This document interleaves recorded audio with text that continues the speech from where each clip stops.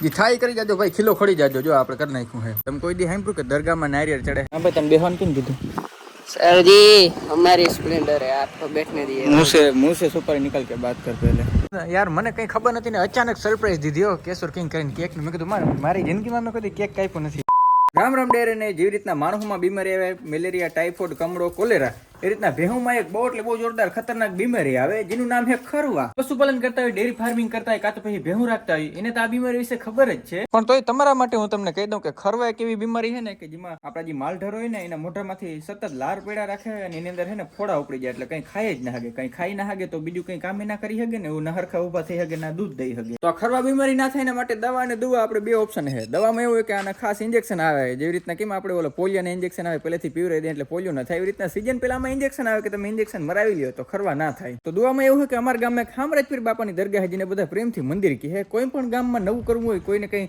ખેતી કરવી હોય કે પાક ઉપાડવું હોય કે કંઈક નવું કરવું હોય ને તો ત્યાં પેલા નારિયેળ ચડાવવા જવું પડે અને માલઢોરમાં કઈ બીમારી હોય ને તો એ લોકો ત્યાં જાય છે તે મારે આજ છે ને નારિયેળ વધારવાના છે ત્યાં કેટલા આપણી પાસે કેટલી ભેહું હોય બહુ જાજી ભેહું એટલે કે ટોટલ માલ છે 11 માલ છે એક માલ દીઠ આપણે 2 નારિયેળ વધારવાના એટલે ટોટલ 22 નારિયેળ આપણે ત્યાં વધારવા જવાના છે પણ આ વેહમાં હજી તો સવારે ઉઠ્યા છે ભાઈ નાઈ લઈ મસ્તીના પછી દુકાને જઈને નારિયેળ લઈને પછી વધારીને મળી આ ટોપિક થોડોક એટલે થોડોક કોન્ટ્રોવર્શિયલ હોય તો હોય શકે કારણ કે જે અમુક આમાં ફેક હિન્દુ છે ને એ થોડોક આપણો વિરોધ કરીએ પણ કઈ વાંધો અરે આ શું છે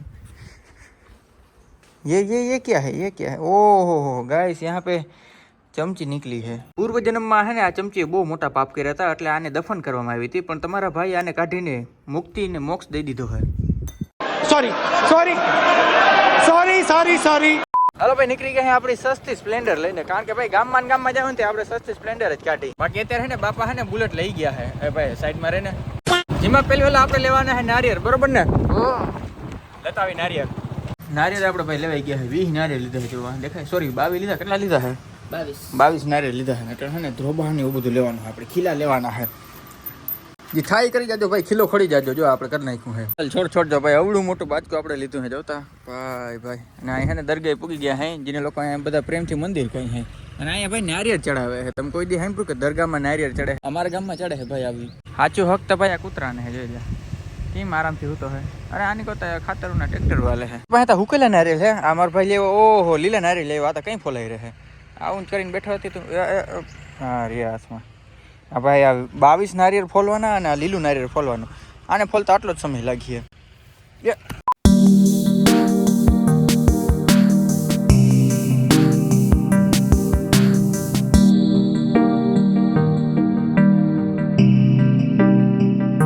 નારિયેળમાં કહેવાય ને મેં એક નારિયેળ છે ને ઓલરેડી ફૂટેલું જ આવ્યું જોઈ લે એટલે મેં મારા ભાઈને કીધું જવા દે તું ફટાફટ એક નવું નારિયેળ લેતો આવ નવા નારિયેળની ખોજમાં નીકળી ગયો હે દુકાનો બંધ ના થઈ જાય ને તો સારું કારણ કે બપોરનો સમય થઈ ગયો બપોરનો તો નથી થયો પણ ટૂંક સમયમાં થઈ જાય અમારા ગામવાળા જરીક થોડાક આરહુડા છે વેલેરે દુકાન બંધ કરી નાખે છે બોલો 22 નારિયેળ ભાઈ આપણે ખોલી લીધા હે અને ભાઈ જો મંદિર સામે રાખી દીધા હવે બધા નારિયેળ આપણે છે ને ફોડવા જોઈએ એકો એક એટલે વધારવા જોઈએ ફોડવા જો એ શબ્દ ના વપરાય વધારવા જોઈએ આપણે 22 ભાઈ તપ બહુ જાજુ હે ભાઈ પગ છે ને આપણે ઓલા બરી જાય ને એ લેવલનું તપ એટલે જો આ બાચકી આપણે પાછળ લીધી ને એના ઉપર આપણે બેસી જવાના લેટ્સ ગો અગરબત્તી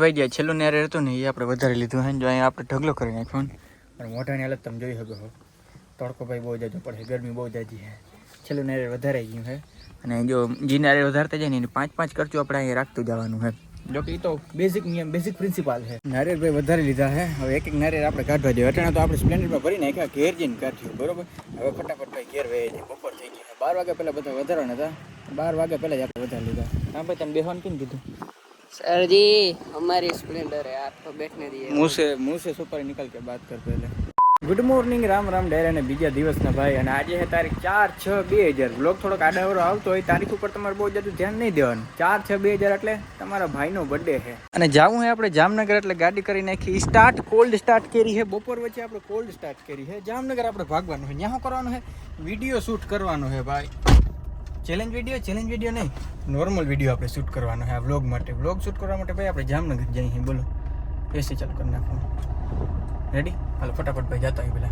આજે 4 તારીખે ભાઈ ચૂંટણી ઇલેક્શનનું છે ને, રિઝલ્ટ છે. મને આગળ ખબર પડી. સવારે હું રિઝલ્ટ જોતો હતો ને, આપણે ભાઈ જામનગરની વાત કરી, કારણ કે આપણે તો જામનગર જિલ્લો લાગુ પડે, એટલે લાગે દેવભૂમિ દ્વારકા, પણ એ ટૂંકમાં એ એરિયા લાગુ પડે.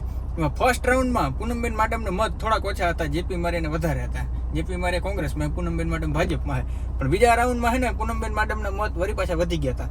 હવે રિઝલ્ટ શું આવે ને એ આપણે જોવાનું છે. જો કે એનાથી આપણે કંઈ લેવા દેવા નથી, પણ તો એ બધા શું કહે, નોલેજ હોવું જોઈએ આપણે.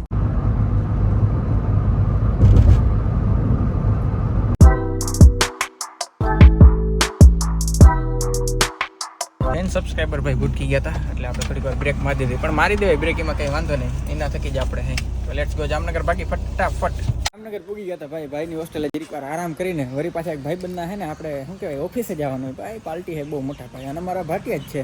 અને ભાઈ બર્થડે છે એનો સ્પેશિયલ વિડીયો બનાવવા આપણે અહીંયા આવ્યા હે. ઘણા લોકોને દેખાડવું કે કંઈ વાંધો નહીં, સમજવું તો સમજી લે ભાઈ. કેવા વાર તો બધું કહેવાય નહીં, એમાં તો આપણે કંઈ રોકી શકવાના નથી. એ બધાનું આપણે પ્લાનિંગ કરી છે કે થોડીક ભાઈ ગરીબોને આપણે સેવા કરવાની છે ને, હું દેવું છે હું નથી દેવું, કયા લોકેશન કવર કરવા, અને 2-3 જણા ભેગા હોવા જોઈએ ને, એને જેવું હે. ફટાફટ ભાઈ આપણે નીકળી જાય. પુશ બટન હો ભાઈ, પુષ્પા ઝુકેગા નહીં સાલા. પણ 1 મિનિટમાં એનું આવ્યું જ ક્યાં હે? ગરમ તો જો કેવું હે. એસી ચાલુ કરો ભાઈ ફટાફટ. ચાલો નીકળી જાય. ભાઈબંધની ઓફિસે પેલા જતા આવી. તો ભાઈ ભાઈબંધના ઓફિસે આવવાની આપણે વાત કરતા હતા ને ભાઈ, ઓફિસે આવી ગયા છે. મસ્ત મજાનું ભાઈ. આપણે શું પીવું રહ્યું ખબર છે? ટાઢું પીવું રહ્યું છે ભાઈબંધ. કોને ખબર? હેન્ડસમ મુંડો હે. તું હેન્ડસમ હે? એલા હેન્ડસમ નથી યાર, એટલે જ કહું. હા, ઘડી બે ઘડી જરીક મસ્તી કરી લીધી ને હવા મૂડી ગયો હે. તો રિયાલિટી આગળ કેમેરો બંધ કરીને કહેવાનો હોય ને. મિત્રો આજે ઓફિસ આવ્યો હતો ને ભાઈબંધની છે ને, ટ્રાન્સપોર્ટની ઓફિસ છે ને. તમને જો દેખાય રમકડા, આજે જીસીબી ને એક્સાવેટર ને જો દેખાય. એક નજરે જોતા તમને શું લાગે કે આની શું કિંમત છે? 150-200 રૂપિયા છે. પણ તો કિંમત છે ને તમે સાંભળી નહીં શક્યો. આની કિંમત કેટલી છે તમને ખબર છે? આની કિંમત છે ભાઈ 15,000 રૂપિયા. દેખાય આ એક રમકડાની કિંમત છે 15,000 રૂપિયા. શું કામ ખબર? કારણ કે ભાઈ ઓરિજિનલ વસ્તુ છે. આનું વજન તમે જોઈ શકો ને, તમે તો નહીં માપી શકી. મને આમ ખબર પડે, ફીલ થાય પ્રીમિયમ વસ્તુ છે. એટલે મેં કીધું 15,000 રૂપિયા આપણા ઘરના છોકરાને દીધું તો 15,000 એક દીમાં ભૂકડો બોલાવી દે એવા. તો ભાઈ હે ને વિડીયો શૂટ કરતા કરતા હે ને હાઈન થઈ ગયા. મેં આસલામ એરિયામાં આવ્યા હતા ને, અહીંયા આપણે વિડીયોનું એન્ડિંગ કર્યું. તો તમે વિડીયોમાં જોયું? આગળ મૂકું પાછળ મૂકું? કન્ફ્યુઝ બહુ યાર. આગળ મૂકી દઉં પાછળ મૂકી દઉં, કંઈ નક્કી નહીં. કારણ ભાઈબંધને કારખાને જવાનું છે ને, ત્યાં જતા આવે. Let's go. અહીંયા ભાઈ છે ને કારખાનું હોય ભાઈબંધનું, ત્યાં જરીક આવ્યો. અવાજ એટલો આવે ને, મારો અવાજ જ નહીં આવે. તમને ઉપર છેલ્લું દેખાડી દઉં. કાંઈ વાંધો નહીં. આવે એમાં શું છે? અટાણા તો બધું બંધ છે, પણ આની અંદર જોઈ લો મટીરિયલ કઈ રીતે બને. જો આવું કંઈક મટીરિયલ બને. આ ક્યાં નળ ફિટમેન્ટમાં કામ લાગે ને? શેનું છે? નોજલનું છે. અચ્છા, જો ભાઈ આવી રીતના જો જામનગર દરડમાં બને. જોતા અહીંયા ભાઈ એ તમે કહો કેમાંથી બને ખબર? આવા વાયરમાંથી બને. આમાંથી જ બને ને? રોડમાંથી જ બને. આનો શું ભાવ શું હોય પિત્તરનો? 550 રૂપિયા પ્રતિ કિલો. હા ભાઈ માલ છાપે છે બીજી રીતનો. જોતા આનો કેટલો વજન હશે. હા ભાઈ આવું કારખાનું હોય. આ કારખાનું તમે ઝીણકું દેખાય ભાઈ. આમાં ઇન્વેસ્ટમેન્ટ જોઈ બીજી રીતનું. આ શું છે? અચ્છા, દવા છાંટવાનું પંપમાં આવે. યસ મેં જોયેલ છે. રાઈટ. એ વાંધો નહીં ભાઈ, જરીક વાર આપણે અહીં બેસી પછી નીકળી જવાના. હે રેડી? કારખાનું જરીક જોઈ ભાઈ. આ બધું દુનિયા આગળ વધી જાય છે, આપણે વાહે રહી જાય છે. કારખાનેથી ભાઈ પાછા આવતા રહીને જોઈ લે. આ ગધડીને બધા એસીમાં બેઠા છે. જોઈને જલસા તો આ બધાને છે. આપણે તો કાંઈ છે જ નહીં. Let's go. હે સિસ્ટમ કર ભેગી ના થાવ ભાઈ. હું અહીંયા હે ને રેવા આવ્યો ને, પછી મારો ભાઈ યાર મને કંઈ ખબર નથી ને, અચાનક સરપ્રાઈઝ દીધી હો. કેસર કિંગ કરીને કેકનું. મેં કીધું મારી જિંદગીમાં મેં કદી કેક કાપ્યું નથી આવી રીતના. બર્થડેનો આજ પહેલી વાર હે ને કેક કાપું હું. એ ભાઈ બનાવી કેક લઈ આવ્યું હે. હેપી બર્થડે ને તાળીઓ પાડી દો ભાઈ. Happy birthday to you. Thank you ભાઈ. લોકો થોડાક લિમિટેડ છે, ઓકે વાંધો નહીં. ઓછા લોકો એમાં જ મજા આવે. ભાગો છાપાડવાનું હે? ભાગો ખાવા જાવ તો આ બધા પેલો કે આપણા ખાસ મિત્રને દેવાના. હા બાપાના એવું કાંઈ નથી. ખાવાનું હે? વાહ. હું આ જરીક જ કટકી દેજો.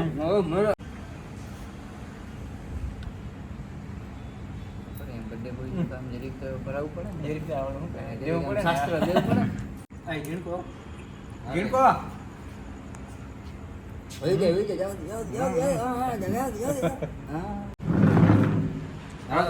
હાલો બે ભાઈઓ અરખો બે એકબીજાના માથું ભાંગવા જોઈએ કાપી લીધી ને પછી બે બે એકબીજા ઉભા હામુજો ફોટો પાડ લો જો બગડ